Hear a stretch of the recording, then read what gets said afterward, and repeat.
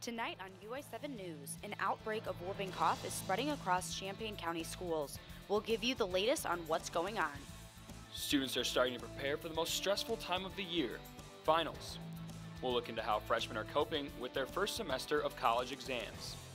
And finally, Thanksgiving is over, which means Christmas season is upon us. We've got details on the real versus fake Christmas tree debate. UI7 News starts right now. Good evening, I'm Jillian Kaler. And I'm Walker Post. Students from the Richmond Journalism Teaching Studio at the University of Illinois campus, UI7 News, your U of I news source.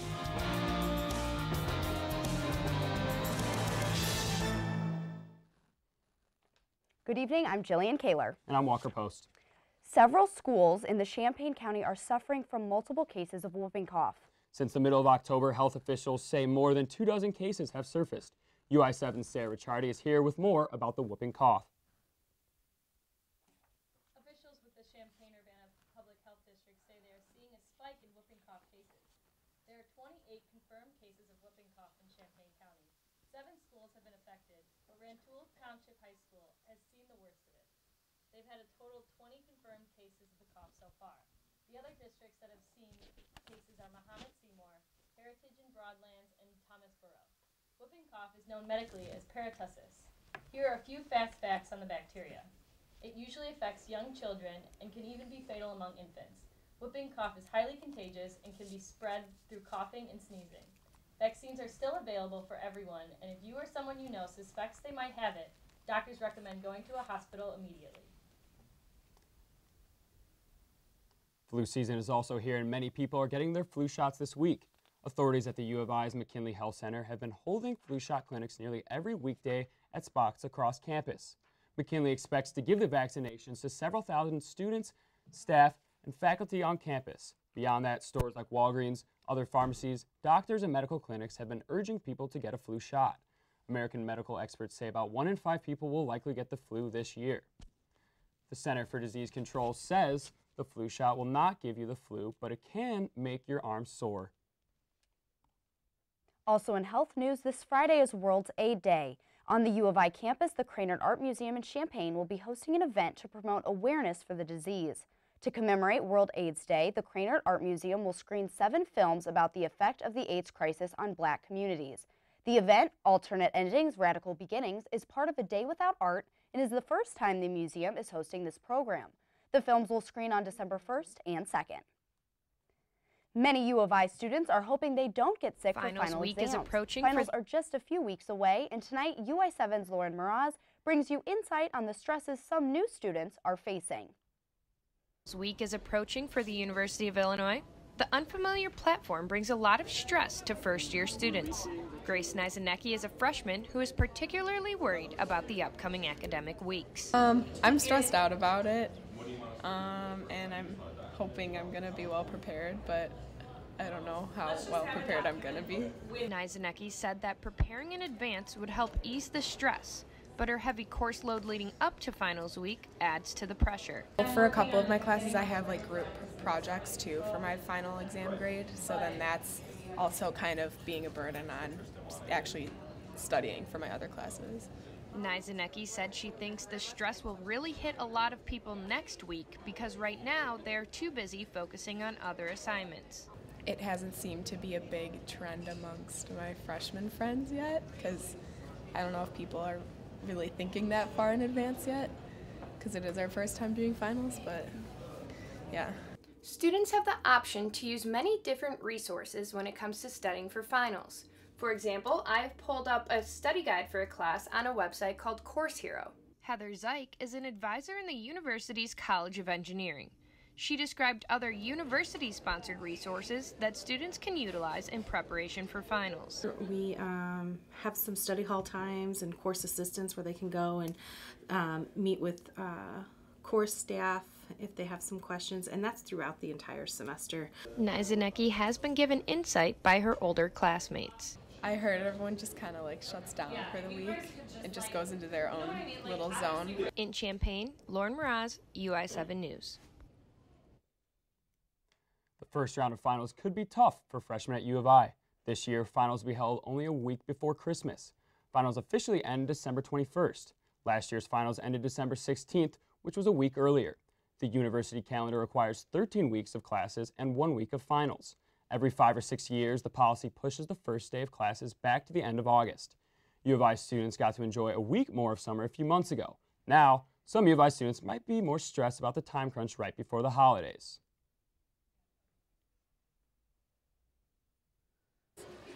Get back as soon as possible and stay with my family. Okay, great. Definitely does, because I know a lot of my friends are going to be leaving just a couple days after I get back. So I'm not the biggest fan of it, but can't change it. They're going to be leaving home or campus? They're going to be leaving from home back to campus. Students will just have to celebrate the holidays right after finals. Well, the U of I will be sending a student to Oxford as a Rhodes Scholar. It's the first time in nearly 20 years a U of I student has been named a Rhodes Scholar. Well, that student, Thomas Dowling, is with us today, so congratulations, Thomas, and thanks so much for coming in. Thanks, really excited to be here. Awesome. So, Thomas, tell us a little bit about yourself and also the Rhodes Scholar program. Sure. So I do a lot of work in state and local government, and my big pitch is that more people need to start looking in their own individual community if they want to get involved in politics. So the Rhodes Scholarship Program is a program that takes you to Oxford, and it funds a master's or a PhD program over in the United Kingdom for as long as you can hang in there, really. Right. So what was the process like? Were you nominated? Did you apply? So it's a nomination process. Each university has the right to nominate students, and then after you get the student nomination, you're sent to the national panel. The national panel reviews, and then there's a very vigorous interview process, and from each district where they do the interviews, 2 are selected. Wow, that's fantastic. Amazing. Yeah. So what will you be studying there, and what are you hoping to kind of dive into while you're at Oxford? So I'm planning on getting a PhD in politics, so this is essentially the same thing that I'm doing here in political science. The big thing that I'm really interested in is how can we look at institutions like state governments, for example, that don't have young, smart people like yourself running them, and what are the things that we can do as policymakers to get information and the tools that they need to make smart decisions. The state of Illinois' budget, for example, has $37 billion, and it's very shocking that at a company where you'd really want to make these decisions with someone that really knows what they're doing, at the state level that doesn't always happen. So trying to solve that problem. Wow. So you've mentioned politics. Are you looking to do the career? Like, what is your dream job, and how will the Rhodes Scholarship help you with that? So after finishing, I hope to work in the mayor's office in the city of Chicago, and ultimately I hope to serve one day as an elected official in local government. I'm hoping you're going to maybe do some traveling while you're in Europe? If I can get time outside of the studies, yes. Right. Yeah. Very nice. And I'm sure as someone who's about to go to Europe, you're aware of Prince Harry and Meghan Markle's recent engagement. Yes, I am. What are your thoughts? I can't say that I know a whole lot. I'm happy for the royal couple, and I wish them best of luck as they go forward in a life of marriage together. Will you attend the wedding? If I can get the invite, I'll definitely be there. Wonderful. Well, thank you so much, Thomas. My pleasure. Thanks. So, thank you, Thomas, and best of luck at Oxford, and congratulations one more time. Well, the American Sign Language program at the U of I will see changes starting next semester. The program will continue with only one regular instructor, which means the first level ASL class will not be offered. According to the department head of Speech and Hearing Sciences, Karen Kirk, one of the ASL instructors retired suddenly, leaving the program with only one regular instructor. At this time, the main focus of the Speech and Hearing Science program is to ensure that students currently completing the sequence can finish it on time. Some U of I students are celebrating Israel this week. Students gather to recognize the Jewish and pro-Israeli community. UI7's Jane Lee introduces you to one student who is eager to take part in the celebration. Elan Carroll became involved with the Jewish and pro-Israeli community right when he started college. Carroll is now a junior and the co-president of the Illini Public Affairs Committee, who says Israel Week is a great time to celebrate his identity. I'm a Jewish student on campus, and there's 3,500 other Jewish students on campus, and for us it really means a lot that we're celebrating our Jewish identity and celebrating Israel and its culture. Israel Week is a collaborative and philanthropic event hosted by the Illini Chabad, Illini PAC, Illini Hillel, and Illini students supporting Israel. We come out with a plan of events for the week which are fun, engaging, educational, and really focused around themes of inclusion and celebrating diversity. In light of the celebration of Israel Week, t-shirts are being sold in the quad to raise money for an organization called Save a Child's Heart, which provides money for Israeli doctors to give free heart transplants to Middle Eastern children. A U of I fellow, Waga Broke, spoke last night at Israel Week's first event. She says that holding conversations on Jewish and Israeli culture helps eliminate stereotypes. More people need to be able to ask questions and be willing to learn more than just like assume about different groups, about different religions. I feel like this is the best way to do it, by talking. Carol is excited to share the connection between the university and the State of Israel. It's really a celebration of a really important community here on campus that often doesn't get enough of a voice, and so we're here trying to raise that voice and really spread positive messages because we need that in this time. Israel Week will reoccur in the spring semester. In Urbana, Jane Lee, UI7 News. Candidates who wish to be elected to the office in the coming year have begun filing nomination petitions. Sitting Governor Bruce Rauner is currently the only Republican Party member in the running list, but Rauner is expected to face competition from Republican Senate Representative Jean Ives.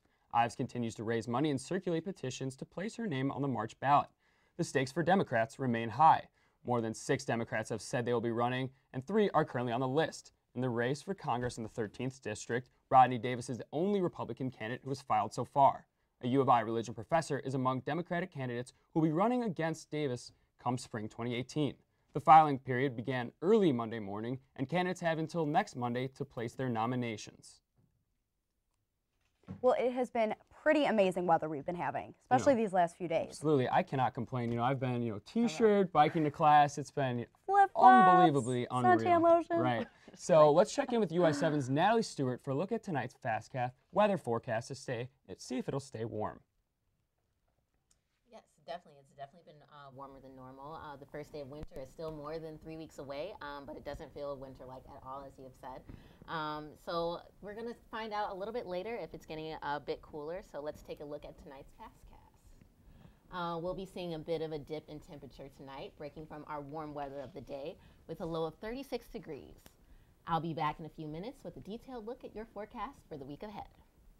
Thanks so much, Natalie. Well, it is time to buy a Christmas tree for the season, and after the break, we'll meet one woman who prefers a real Christmas tree over an artificial one. And today is Giving Tuesday, so we'll show you some of what charities will be doing when they give back.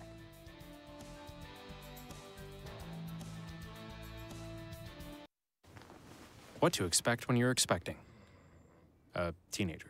Hey guys, today we're talking about how to wake up your teen, and this works literally every time.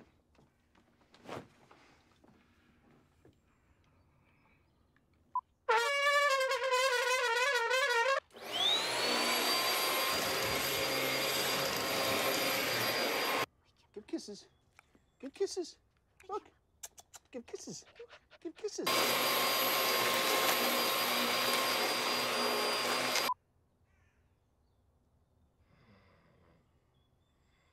You heard how loud that was. I know, I sleep heard, through that. I heard.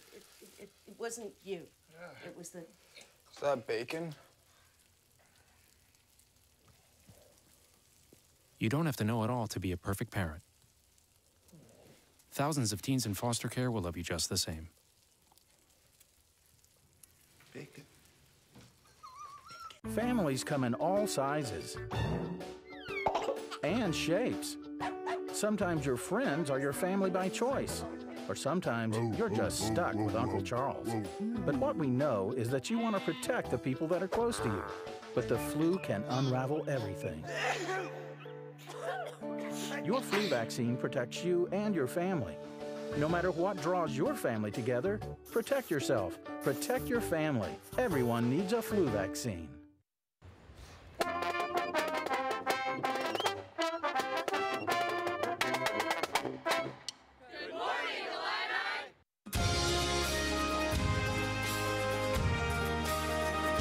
Good morning, Illini.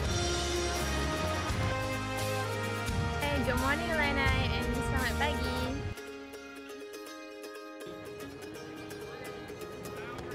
Good morning, Illini. Today is Giving Tuesday, and Champaign County's Eastern Illinois Food Bank is preparing for a massive day of giving. UI7's Matthew Eglin shows you why nonprofits need support from people like you. Many nonprofits are campaigning today to receive different donations. Many hope to receive monetary gifts, but most want any help they can get. The Eastern Illinois Food Bank is hopeful that they will raise at least $140,000 because of last year's proceeds. The food bank offers different foods, drinks, and even basic necessities like toilet paper to those who are less fortunate.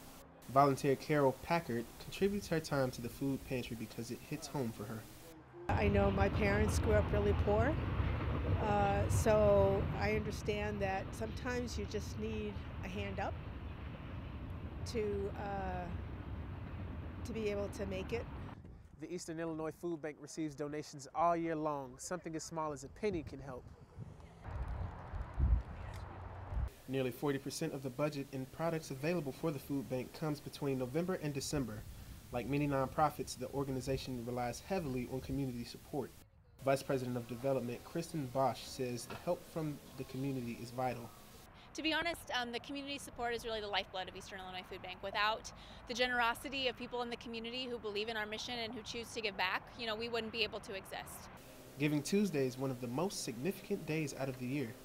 Feeding America says there are nearly 34,000 people in Champaign County who don't know where their next meal is going to come from. And Packard says it's a civil duty to help meet the need. Those who have a responsibility to help those who don't. Packard says it's important for many to give, whether you can give your time, money, or donate products. She says she doesn't give money to those on the street, but she does give to organizations that are making a true difference. In Urbana, Matthew Egwin, US7 News. The holidays are coming up, and some people don't want to leave their house to do their shopping. Thousands of people shopped online yesterday in the spirit of Cyber Monday. Adobe Analytics says online sales have reached about $6.6 billion. Online store Amazon is estimated to get 40 to 50% of the sales, but will only have about 24% of the revenue. The original forecast for total online spending on Monday was about to be $6.5 billion, which would have already surpassed the record for the largest online shopping day in U.S. history. Well, you don't have to go online to buy a Christmas tree here in Illinois, but there are still some decisions to make. Buy a real one or buy an artificial one. UI7's Rugal Lee reports on the decisions tree shoppers have to make. From pine to fir to plastic, consumers have many options for their holiday trees. Teresa Rifstek prefers real Christmas trees and has made tree shopping a festive family activity for the last 12 years. I think more for tradition, anything. I mean, even just coming out here is nice, just walking around, picking the tree out, and then, getting it home and setting it up and getting it straight. However, some people like Kathy Sykes hold different opinion on this. I prefer the artificial trees because it's a whole lot less mess and you get more value for your money. The Country Arbor Nursery's manager Tom Kinsella talks about both sides and explains his own view on picking Christmas trees. For artificial trees, as far as having them from every year, you can just put them back up so you have an initial cost up front and then you don't have any additional cost. But then you don't get that smell and you don't get the fun of coming out to the nursery or to the fresh cut lot and picking the tree with your family and getting it bundled up and taking it home on top of the van, which has become a tradition with a lot of the families. According to the store manager, Freezer Fir is the most popular Christmas tree. Right behind me, this is a 7-foot Freezer Fir. Beyond Christmas tradition alone, Reef Stack just loves bringing nature inside. I'm also kind of an outdoor person. I love trees, so to bring one in the house is really nice. Reef Stack believes it's worth to get the real tree despite the extra efforts. With 4 weeks until Christmas, Country Arbor's nursery expects to see many more like her. In Urbana, I'm Rugal Lee, US7 News. So nothing makes me sadder than seeing all those trees scattering the sidewalks at the end of the year. So I have always been a fake Christmas tree kind of person. I love the real Christmas tree. I love the smell. I love the act of putting it on the car, strapping it up. Come on. There's something really special about a real Christmas tree. Anyways, to be continued. When we come back, we'll check on whether it's going to get colder anytime soon. Just finished dinner and it was time for homework. He hates homework. It makes no sense. I don't know how he finds anything in his backpack. I can't find my backpack. I couldn't even read his handwriting. Holding the pencil makes my hand hurt. I know he's bright. Why is it so hard for me? He's just gotta try a little harder. When you can see learning and attention issues from their side, you can be on their side. Go to understood.org, a free online resource with support and tools to help your child thrive. I understand. I know it's not your typical resume. Okay, well. But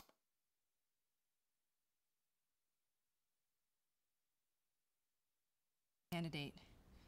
But I've been working double shifts for books. I've been raising my 2 little brothers. I'm determined, driven, motivated. Isn't that what you're looking for? Look beyond the resume and discover new ways to develop great talent at gradsoflife.org. I see you mobbing over her. Let's go. Let's mob. Let's crawl. Let's crawl. Let's crawl. Hey, yo, we mobbing. Come on, girl. Let's crawl. Hey, yo, let's crawl. Hey, yo, let's crawl. Hey, let's crawl. Hey, yo, let's crawl. Your son wants to get a cat, but you're allergic. Do you A, prepare yourself,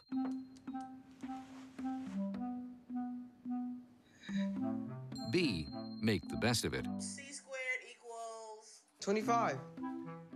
Good job! or C, find a loophole? When it comes to parenting, there are no perfect answers, but that's okay, because you don't have to be perfect to be a perfect parent. Teens in foster care will love you just the same. Well, it is definitely not feeling like November. That's for sure. I've been sweating all day, and that's not going to stop anytime soon. It's unseasonably warm. Let's check in with UI7's Natalie Stewart for a look at your weather. We can keep those winter jackets in the closet a little bit longer as we've been experiencing some unusually warm weather. So let's check out the trends. So normally a day like today would be an average high of 44 degrees, but today's high was at 66 degrees Fahrenheit. We're not breaking any records with this, as the record high is at 74 degrees in 1905. So let's check out our local temperatures. In the Champaign-Urbana area, we are at 55 degrees. The highest in the region is about 58 degrees, almost breaking 60. And in Rantoul, we're at around 56 degrees Fahrenheit. So let's check out our Midwest temperatures. So in Louisville, we're at 58 degrees, so almost breaking 60. In Des Moines, 48 degrees, which is about 10 degrees cooler than where we are right about now. And 55 degrees in Kansas City. So let's check out our national temperatures. So they're living it up in Miami right now at 77 degrees, so definitely not busting out any type of coats down there. In Los Angeles, they're not too far behind at 63 degrees. And the coldest across the nation is in Helena, which is at 39 degrees Fahrenheit. Okay, let's check out our weather for tonight. So tonight it's a little bit chilly out with a 36-degree low. North-northwest wind speeds of 7 to 9 miles per hour. It's pretty cloudy out there. Let's check out tomorrow's wind temperature or temperatures. 51 degrees is the high tomorrow, and it's going to be partly cloudy with a northeast wind speed of 8 to 13 miles per hour. All right, looking at our 5-day forecast, we're hovering around the low 50s for this week, with the highest temperatures being on Thursday and Saturday at 53 degrees. On Friday is our lowest temperature at 49, but don't worry, it's going to be a sunny day, but you might have to bring your scarf out. Yeah, so it's going to be in the low 50s, so it's not too bad. I mean, don't have to bust out that bulky winter coat yet. Not yet, yeah. Definitely. Wonderful. Couldn't agree more. Thanks, Natalie. Well, David Pierce is now here with UI7 Sports. Yes, and when we come back, I'll tell you guys about how things have been going with Illini basketball, the volleyball team going to the next level, and a statue being made for an Illinois Hall of Famer when we come back. Nice job. Did you hear about the pony with a sore throat? He was a little horse.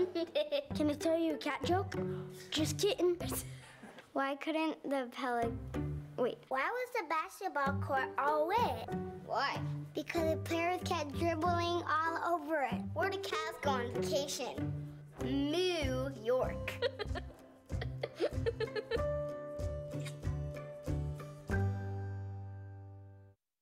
What What to expect when you're expecting Like here. a teenager. Today, I'm going to show you how to teen-proof your home. First step, hide the car keys, preferably somewhere they would never look. Challenges will come up.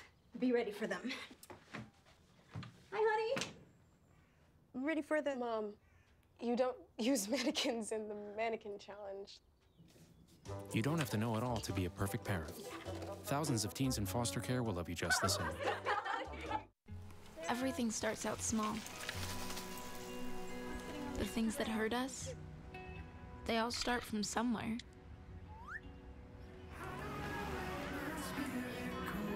The words we say, the things we do, they can grow into something else. What was small and innocent can become big and sometimes scary. All it takes is one comment, one picture, one video for something to catch fire. But a big problem doesn't need a big response. Not at first. Even if we don't know what to say, the eye emoji can be that first step we take. Let's all pledge to take that first small step together and change the world in a big way. I'm a witness, and so are you.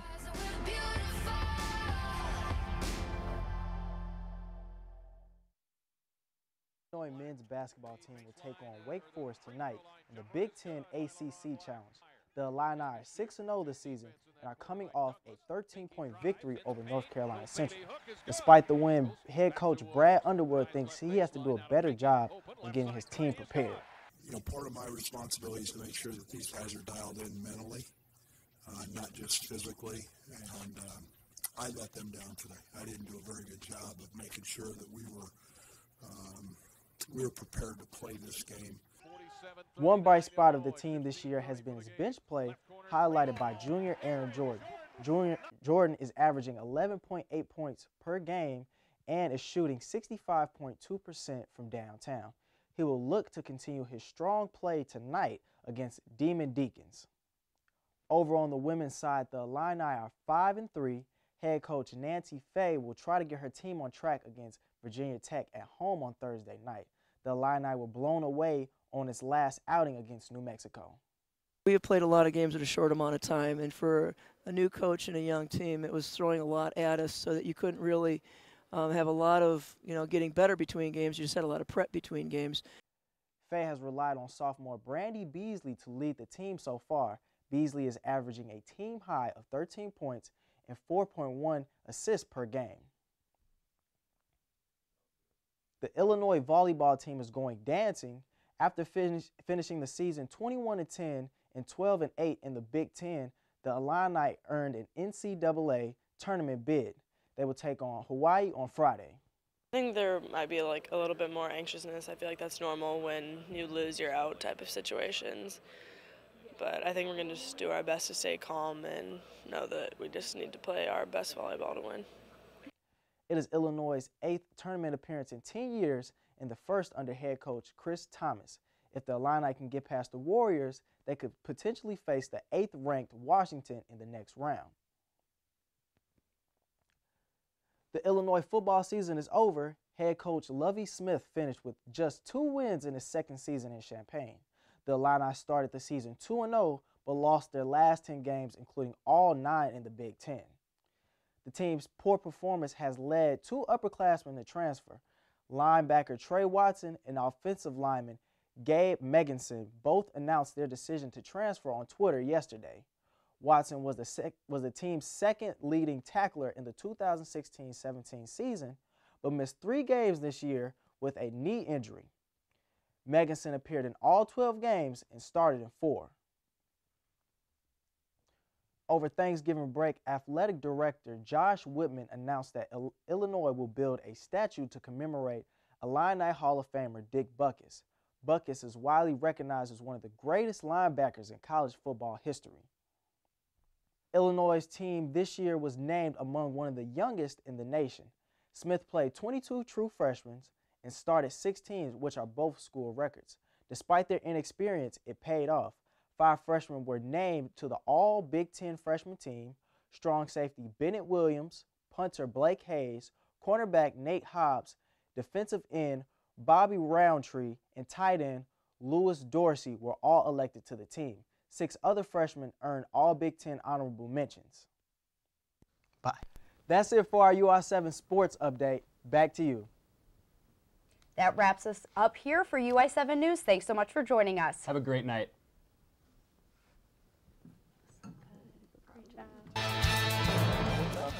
Tonight on UI7 News, an outbreak of whooping cough is